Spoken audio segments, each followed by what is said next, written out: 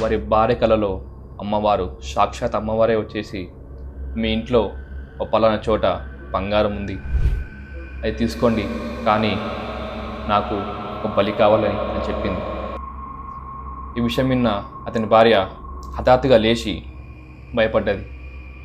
కానీ స్వయంగా అమ్మవారు వస్తే ఎవరు నమ్ము చెప్పండి. ఇలా అయితే ఒకరోజు తను పోయి రాములతో ఈ విషయం చెప్పింది.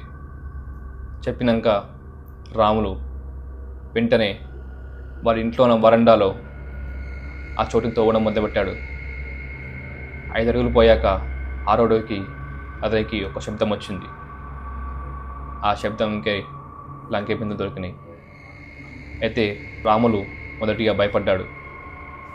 దాని తర్వాత ఆ లంకె బిందు తీసుకొని అతనికి ఏం చేయాలో తెలియట్లేదు. అంత సంపద ఒకసారికి వచ్చేసరికి ఆయనకి ఏం తెలియలేదు.